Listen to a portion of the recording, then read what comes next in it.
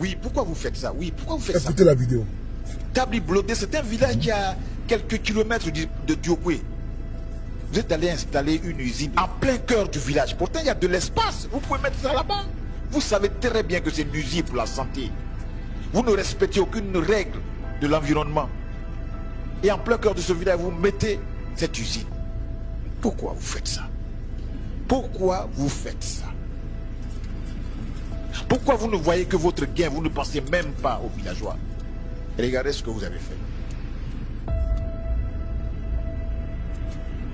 Installé à peine 3 ans dans le village de Tabli Blodé, commune de Diokwe, dans la région du Guémon et fonctionnelle d'environ 1 an, une usine spécialisée dans la transformation d'EVA met à mal le bon vivre des habitants du village et les villages voisins. De quoi s'agit-il? Selon les recoupements, les habitants ne rejettent pas cette usine, qui a d'ailleurs permis de réduire le taux de chômage, la prostitution, le vol et autres dans la région du Guémon, mais n'approuvent pas l'odeur nauséabonde et répugnante qui se dégage lors des travaux. Je ne peux pas dormir dans ma chambre la nuit, car l'odeur prend d'assaut ma maison. A déclaré un villageois retrouvé sur place. Vraiment, l'odeur de l'usine, là, vraiment, ça nous fatigue. Même la nuit, même si l'odeur là est rentrée dans la maison, mais on ne peut pas dormir. D'autres ajoutent qu'ils peinent à respirer quand cette odeur se répand dans le village.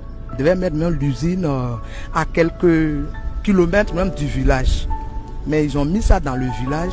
Vraiment, on ne peut pas dormir. Nous-mêmes qui sommes là, tu rentres dans la maison, l'odeur, au dehors, l'odeur. Moi-même, mon cœur même me fait mal. Et si nous ressentons déjà ces effets alors que l'usine vient de s'installer, qu'est-ce qui se passera à la longue? C'est entre autres les inquiétudes des villageois qui invitent le gouvernement à prendre ses responsabilités afin qu'une solution idoine soit trouvée au phénomène qu'ils qualifient d'envahisseur. Vous les avez entendus, vous avez écouté nos parents. Nos parents pleurent, ils poussent des cris de détresse, s'il vous plaît.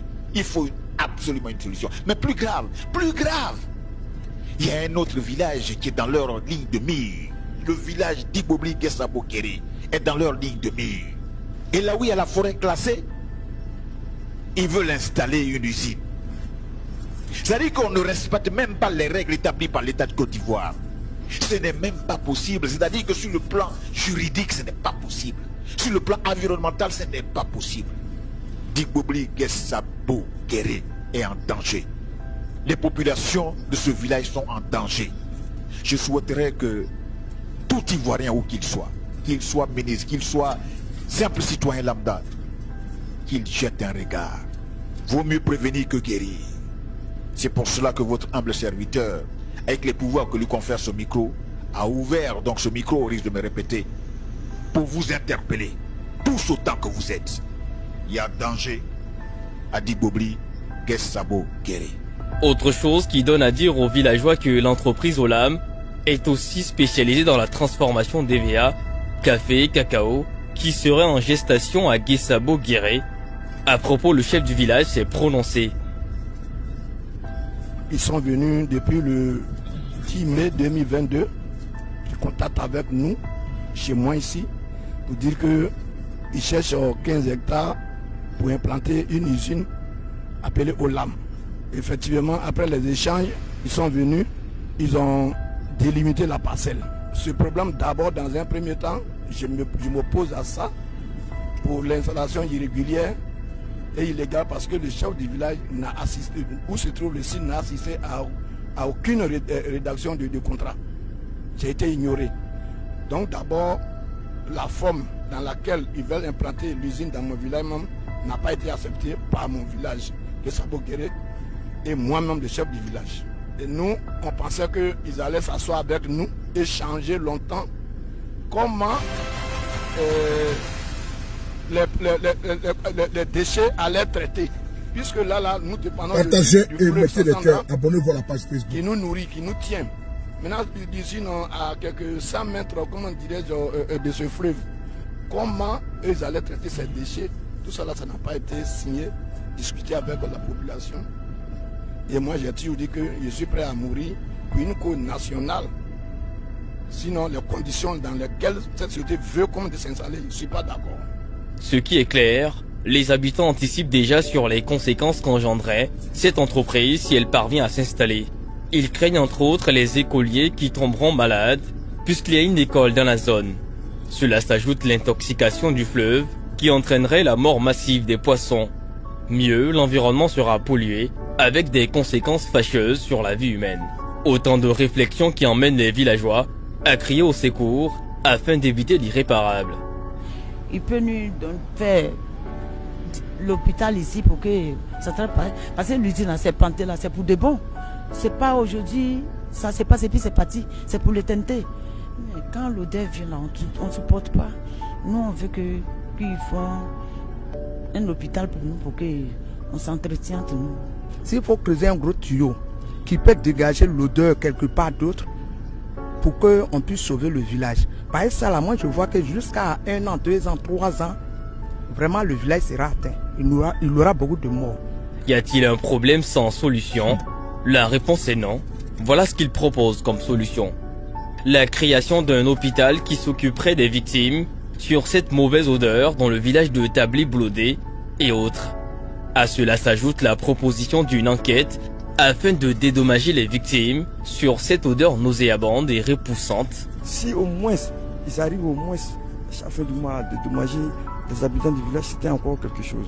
Enfin, les villageois proposent que l'entreprise Olam s'éloigne du cadre de vie.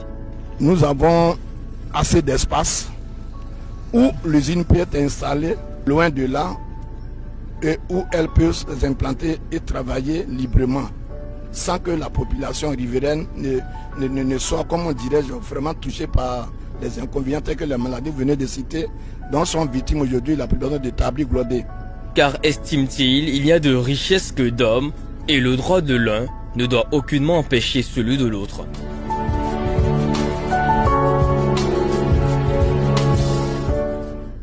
Tabli-Blodé, Guessabo, Guéré, frères et sœurs, voici une situation vraiment inhumaine. C'est une situation qui a été causée par le groupe agricole qu'on appelle Olam. Souvenez-vous, en octobre 2022, le groupe Olam, filiale du géant singapourien, prévoyait d'investir 150 millions d'euros sur 3 ans pour accroître ses capacités de transformation en Côte d'Ivoire. L'intérêt de l'homme géant du négoce des matières premières agricoles pour la Côte d'Ivoire ne se dément pas. Olam agricole, sa filiale dédiée aux activités agro-industrielles, a indiqué vouloir investir 100 milliards de francs CFA sur les 3 prochaines années. C'est-à-dire que depuis 2022, il dit de 2022, 2023, 2024, 2025, ils vont investir 100 milliards de francs CFA dans pour la transformation en Côte d'Ivoire, pour augmenter la capacité locale de transformation de coton et de l'EVA. L'annonce est survenue quand le responsable de Olam a croisé le Premier ministre Patrick Hachi. Frères et sœurs, n'oubliez pas que Olam a été condamné en Côte d'Ivoire, a été plusieurs fois condamné en Côte d'Ivoire. Le texte il est là devant vous. Parce que, n'oubliez pas, c'est après une enquête douanière, sur 36 mois, la société Olam devait payer la somme de 142 milliards de francs CFA en Côte d'Ivoire. Olam Cacao Processing, société de transformation de la sève de cacao, est dans le budget de la douane ivoirienne pour fraude à la législation douanière et fiscale. Donc, ils les ont frappés au porte-monnaie 142 milliards. Voici un petit peu le côté obscur de cette société-là. Nous allons renchérir sur l'irrespect qu'ils ont vis-à-vis de la population ivoirienne. Mais quand nous voyons cette vidéo, ça me fait au dos une odeur pestilentielle, odeur nauséabonde, les maladies bizarres. Quand vous voyez souvent qu'il y a des personnes et des enfants qui naissent avec des malformations, mais c'est dû à cela. Usine de transformation, là. C'est-à-dire que dans tous les villages, là, il y a même à 5 km du village, à 3 km du village, à 10 km du village, on peut installer une usine là-bas. Mais ils viennent installer l'usine au cœur du village. Vous savez toujours que c'est l'église qui est au cœur du village.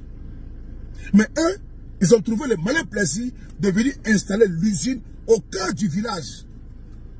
La population tombe malade. Ce qui est quand même incroyable et invraisemblable, nous allons saluer ici le reportage, sans oublier John Jay, le message qu'il a lancé à tous les Ivoiriens, au gouverneur de Côte d'Ivoire, l'interpellation, que chacun doit se saisir de ce dossier-là. Oui, nous prenons notre place, notre part, et nous allons dénoncer ici et maintenant. Comment comprendre? Moi, je vis en Europe, mais je ne vois pas d'usine qui rejette des odeurs pestilentielles dans la nature, en plein cœur de Paris, même dans la banlieue parisienne. Mais on va installer une usine au cœur d'un village, en Côte d'Ivoire, où il n'y a même pas de centre de santé. Et puis, on intoxique la population. On empoisonne à ciel ouvert les habitants et personne ne parle. C'est comme si rien ne se passe. Et ce qui est paradoxal, nos gouvernants savent que ces personnes sont installées dans un village, une usine qui pollue l'air d'abord de eux, une usine qui empoisonne la vie, le corps et l'esprit des populations. Mais nos gouvernants savent pertinemment que ces personnes-là sont installées là-bas, puisqu'ils sont entrés en Côte d'Ivoire, ils sont installés en Côte d'Ivoire légalement. Nous sommes d'accord qu'ils créent des emplois en Côte d'Ivoire, parce qu'à cause des emplois créés dans les villages, la prostitution, le chômage, les vols ont diminué. Nous sommes pleinement d'accord. Ce qui ne justifie pas qu'il faut créer, il faut mettre l'usine au cœur du village, à la place de l'église. L'usine n'a pas sa place au cœur du village. L'usine doit être à 5 ou à 10 km du village. Et il faut avoir des navettes. Oui, il faut avoir des bus pour prendre les ouvriers qui y travaillent. Et cela encore créer de l'emploi pour les chauffeurs. Vous avez des abattements fiscaux avec l'État de Côte d'Ivoire. Vous ne pouvez pas intoxiquer nos parents devant nous. Et mieux, j'ai expliqué le cas ici, en 2019, où l'État de Côte d'Ivoire a frappé au porte-monnaie plus de 142 milliards de francs CFA, cette entreprise-là. Cette entreprise est une entreprise véreuse.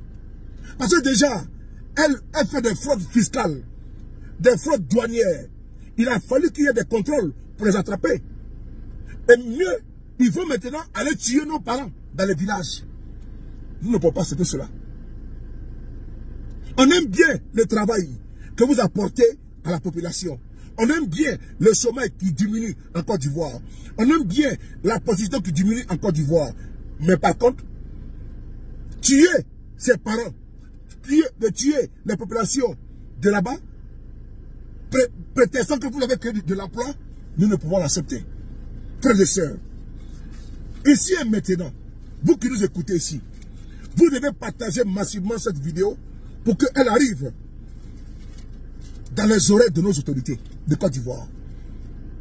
Il y a des personnes actuellement qui ont des problèmes respiratoires. Ils arrivent difficilement à respirer. Imaginez-vous les enfants qui sont là-bas. Les femmes enceintes qui vont accoucher. Les malformations là, c'est dû à l'usine là. Est-ce qu'ils pourront compenser cela? Est-ce qu'ils pourront sauver les vies là? Non. Non. Il faut interpeller l'entreprise Olam. Oui. Il faut interpeller la direction de Olam. Mais ces personnes-là sont des expatriés, sont des étrangers. Mais est-ce que eux, dans leur pays d'origine, dans leur pays d'où ils viennent là, est-ce qu'ils peuvent installer des usines comme ça en plein cœur de leur propre village? Est-ce que les responsables de Olam, les dirigeants de Olam, peuvent dans leur propre village aller installer des usines qui polluent l'atmosphère d'abord de 1, qui empoisonnent la population de 2? Ils ne le feront pas. Mais il ne faudrait pas accepter que ces personnes viennent dans nos pays, en Afrique, et qui se comportent comme ça. Et puis on va accepter, au nom du sacro-saint principe, que ces personnes créent de l'emploi. Il ne faudrait pas accepter que ces personnes viennent, comment dirais-je, polluer, empoisonner la population, au nom, comment dirais-je, d'une justification chimérique, en disant que non, ils sont, c'est des créateurs d'emplois, ils diminuent le chômage en Côte d'Ivoire. Ce n'est pas ça. Nous préférons la santé de la population. S'il faut que il doit se targuer de créer des milliers d'emplois en Côte d'Ivoire et tuer les gens. Nous rejetons en bloc cela.